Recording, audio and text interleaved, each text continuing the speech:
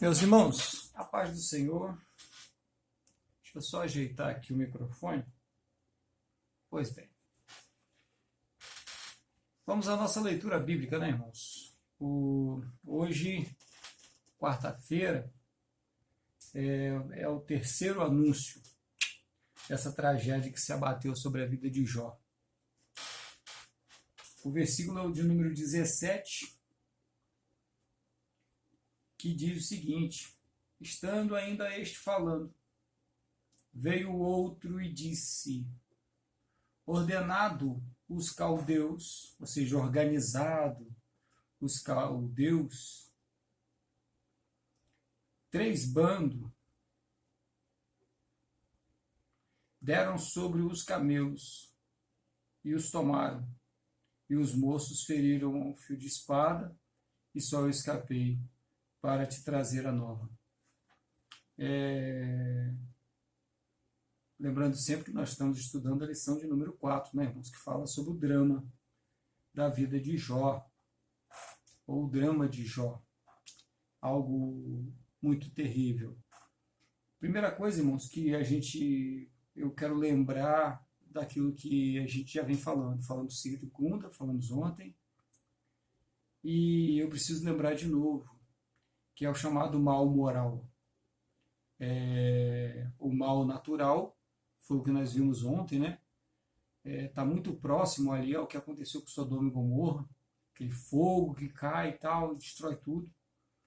E o mal moral, que é esse mal causado por outros homens. São homens que causam sofrimento a outros homens.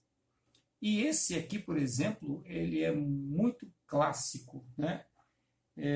Porque é o tipo de pessoa que de fato despreza a vida do outro, despreza a conquista do outro, despreza tudo aquilo que a história daquela pessoa que levou ele a conquistar, né, pelo seu trabalho, pelo seu esforço, pela herança deixada pelos pais, que seja, mas alguém trabalhou para que aquilo acontecesse, e aí chega alguém com a mão grande e tal, e leva embora.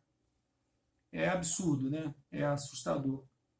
E, infelizmente, parece que tem pessoas que... eu acho muito interessante uma expressão que Deus fala com Jonas acerca de Nínive, que ele chama os moradores de Nínive, comparando-os com animais, dizendo que eles não sabiam o que faria direito à esquerda, eles não tinham noção disso, do que era certo e o que era errado, e eram verdadeiros animais. E a realidade parece que tem seres humanos que querem viver desse jeito, escolhem viver desse jeito. Tem chance, porque nós somos adeptos, irmãos, de que toda pessoa pode mudar. Ainda mais quando nós nos encontramos com o Senhor Jesus. A ciência hoje diz que existem 2 formas de uma pessoa mudar. Só existem 2 coisas que são capazes de fazer uma pessoa mudar. Primeiro, uma experiência religiosa. E aí é porque eles não sabem dizer o que nós entendemos, né? Que é o caso de encontrar com o Senhor Jesus e tal. Então, na cabeça deles, uma experiência religiosa. Outra é uma experiência afetiva. E aí pode estar ligado ao nascimento de um filho, ou pode estar ligado a um retorno, a um amor, né, a uma paixão. E aí as pessoas mudam de comportamento, as pessoas querem mudar de vida porque acham que aquela vida não cabe mais e tal. Mas parece que tem pessoas que querem estar nessa vida de crime, nessa vida de ofensa, nessa vida de agressão. A gente percebe isso nos nossos tempos, a forma como se engana, né? Busca enganar pessoas inocentes, pessoas boas, pessoas sérias. A pessoa não tem o mínimo do cuidado para com o outro, né? Vê ali a pessoa vulnerável e tal, e não se preocupa com isso, vai lá e tira tudo que aquela pessoa tem, quer nem saber o que vai ser daquela pessoa. O texto... ele é interessante, esse versículo, quando ele fala dos caldeus, a gente busca algumas informações sobre esse povo, Esse povo são descendentes da família de Abraão, descendentes do irmão de Abraão, para ser mais exato. E eles são tidos como vagabundos. Eu achei interessante isso. Eles são chamados vagabundos, né? Vivem vagabundeando, né? Vivem sem ocupação, não tem nenhuma ocupação para a vida. Eu acho interessante porque isso lembra muito o que Satanás disse para Deus, né? Porque ele era isso, ele era exatamente isso, era assim que era o comportamento dele na época. E aí, irmãos, a gente pode afirmar, juntando essas coisas, que era um ambiente perfeito para Satanás se sentir em casa. Com esse tipo de pessoa, ele se sentiria à vontade. Porque são pessoas que não se adequam, não se submetem à ordem, não se submetem à sociedade, não querem, não respeitam esse viver social, esse viver comum, viver em comunidade, o viver comunitário.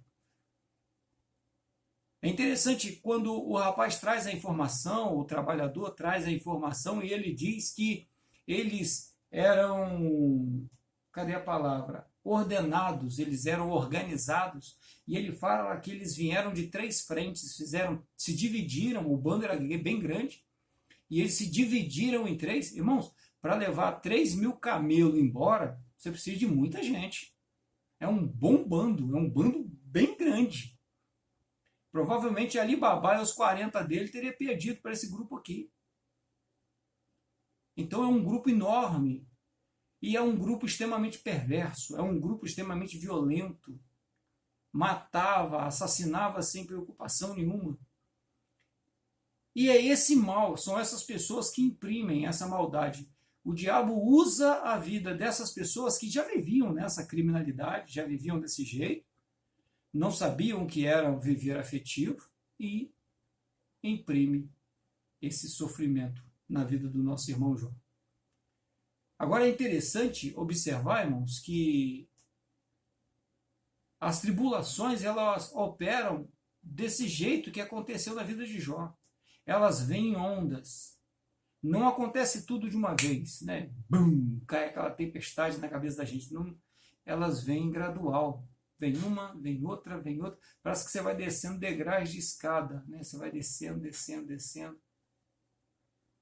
E aí a gente encontra o nosso irmão nessa situação. Já perdeu as ovelhas, já perdeu as jumentas, 7.000 ovelhas, perdeu as jumentas, 400 jumentas, se não me engano.